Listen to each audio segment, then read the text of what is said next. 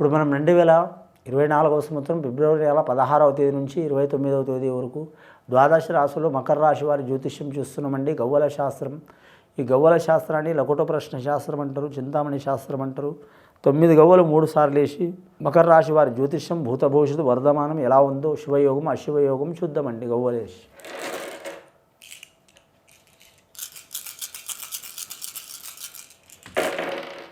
మకర రాశి వారి జాతకంలో చెప్పాలంటే అష్టమ సంఖ్య 8 గవ్వలు పడ్డాయండి. వీరి జాతకానికి ఎల్నాటి శని ప్రభావం చాలా ఉన్నదండి. కంటక శని నడుస్తున్నది. అష్టమ స్థానంలో మాత్రం లగ్నయోగం నడుస్తున్నది. వారికి శుభ అశుభ ఫలితాలు చాలా ఉన్నాయండి. వీరి జాతకానికి చూడాలంటే మాత్రం ముఖ్యంగా మాత్రం ధనం మాత్రం చాలా వరకు మాత్రం వీరు అనుకూలం పొందే అవకాశం ఉంటుంది. కానీ ఎంత ధనం వచ్చినా, కొన్ని కోట్లు వచ్చినా, లక్షలు వచ్చినా కూడా మాత్రం, వేలు వచ్చినా కూడా మాత్రం నిలబడే అవకాశం తక్కువ ఉంటుందండి వీరి జాతక బలంలా. షేర్ మార్కెట్, బ్యాంక్ సంబంధించిన వారు, ఫైనాన్స్ రంగం వారు చాలా జాగ్రత్తలు తీసుకోవాలండి. అత్యాశకు పోయి దెబ్బతినే అవకాశం ఉంటుంది. అలాగే వీరి జాతకంలో స్టాక్ మార్కెట్ రంగం వారికి తప్పకుండా మాత్రం చాలా జాగ్రత్తలు తీసుకోవాలి.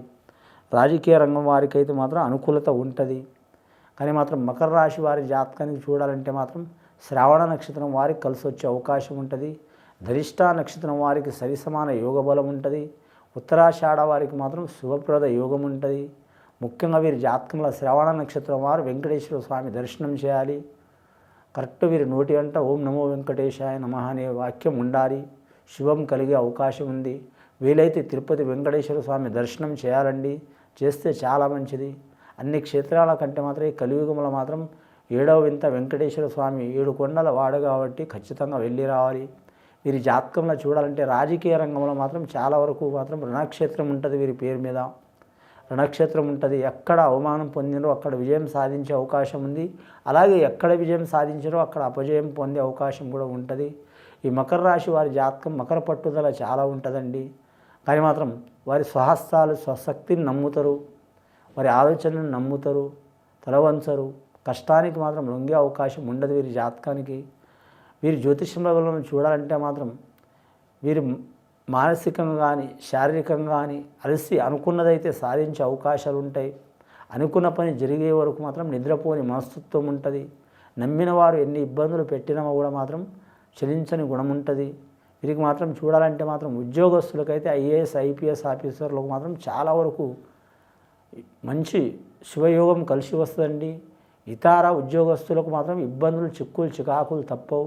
అందులో రెవెన్యూ రంగం వారికి ఇబ్బందులు ఉంటాయి. అలాగే మాత్రం మున్సిపల్ రంగం వారికి ఇబ్బందులు ఉంటాయి. అలాగే వీరి జాతకంలో వడ్ల భవన శాఖ వారికి మాత్రం ఇబ్బందులు తప్పవు. అలాగే వీరి పేరు మీద చూడాలంటే మాత్రం ఆర్టీసీ రంగం వారికి ఇబ్బందులు తప్పవండి. రెండవసారి గవ్వలేసి చూద్దాం ఎలా ఉందో మకర రాశి వారి జ్యోతిష్యం మీద.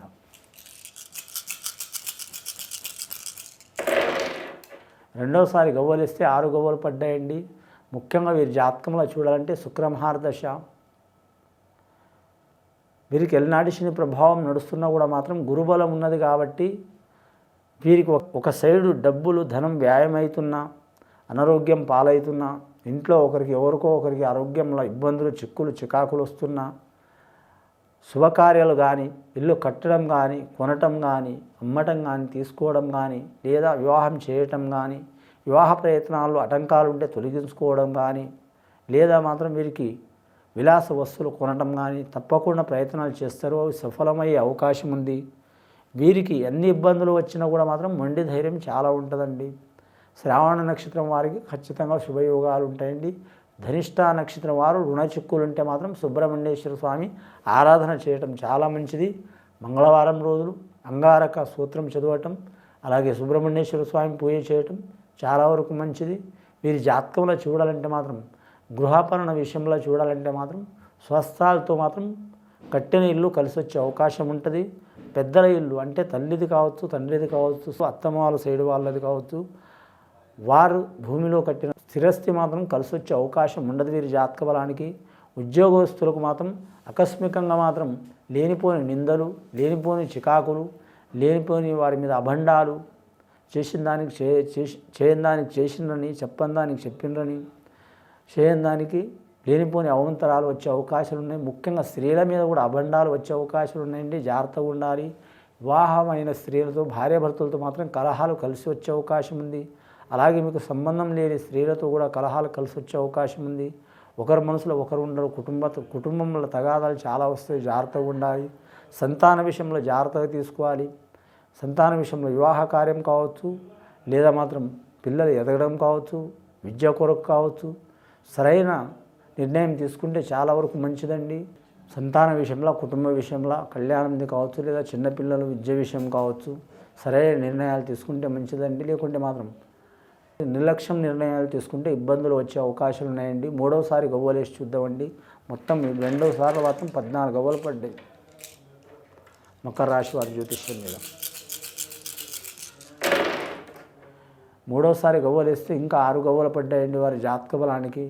ముఖ్యంగా స్త్రీలకు మంచిగా ఉంటుందండి, బాలికలకు మంచిగా ఉంటుంది. విద్యార్థులకు కలిసి వచ్చే అవకాశాలు ఉన్నాయి.